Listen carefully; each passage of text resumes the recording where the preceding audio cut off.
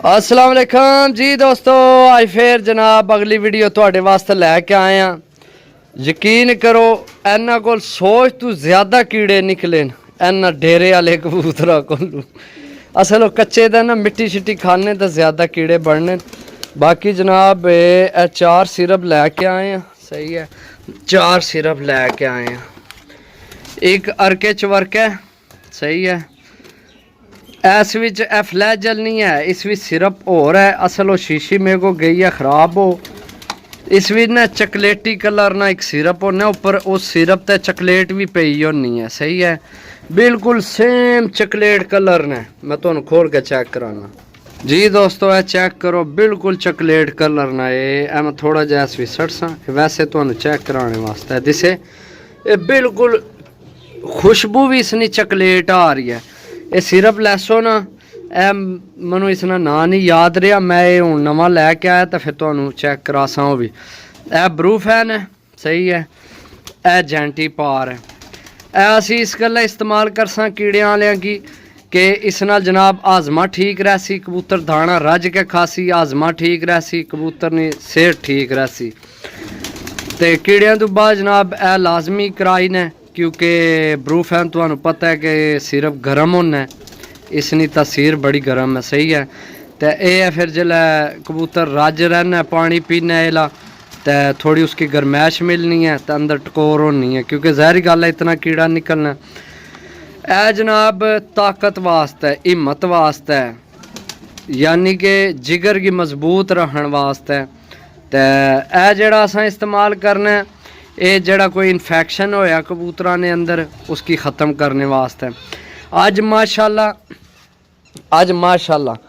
माशाल्लाह जनाब बड़े भरावां कालां कीतियां इन्हां कबूतरां विचों। कबूतर इस विच तां माशाल्लाह फिर बड़े बड़े नायाब बनना। ते बाकी काफ़ी भरावां इन्हां कबूतरां वास्ते कालां कीतियां लैने वास्ते मैं देसां ज़रूर, लेकिन मैं आख्या भी अज नहीं सेल करने, क्योंकि अज मैं ना यार सही पुछो ना इन्हों को कीड़ा बहुत ज़्यादा निकलिया तो महर अगे जाके, हालांकि वो इं सुस्त होए नहीं, कई कबूतर बहुत सुस्त हो जाने, यानी कि हाथ तो ज़्यादा झुम मार जाने। सही है, तो बाकी शुक्र अल्लाह पाक ने कबूतर देखे अंदर भी बोलने पे। सही है, तो माशाल्लाह उस कबूतरी नहीं मादी नहीं, वाइब्रेशन चेक करो यार, कमाल नहीं मादी है।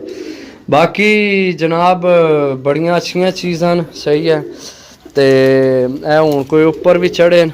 सही है, उपर जनाब कबूतर इन्हें की सिरप करासा इंशाअल्लाह, अल्लाह पाक खैर करे। तो माशाल्लाह ए पट्ठा चेक करो यार, कमाल नी चीज़ है। ए खट्टे रंगा वाला चेक करो यार, ऐसा नहीं तो मैं दिल करना तुहानू अख चेक करा।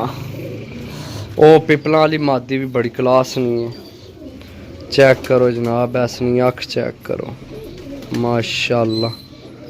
सही है, वीडियो जनाब तां बनाई ना भरावां की हर चीज़ ना पता होवे। ए जनाब पिपलां वाली पट्ठी।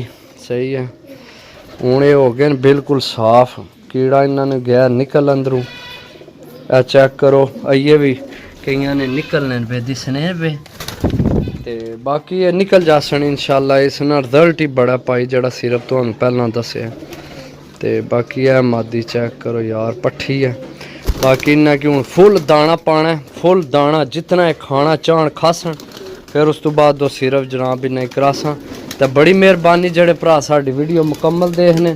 हूँ इन्ना विचों जनाब वीडियो लगानी है, वीडियो इन्ना विचों लगानी है, लेकिन ये कबूतर थोड़े महंगे न, तो इस वजह तो जनाब इन्ना विच कुछ सेल भी होए, उन्ना की निशानियां लगियां। तो बाकी इंशाल्लाह जनाब टेंशन नहीं लैनी मेरे भरावो, किसी किस्म की टेंशन नहीं लैनी।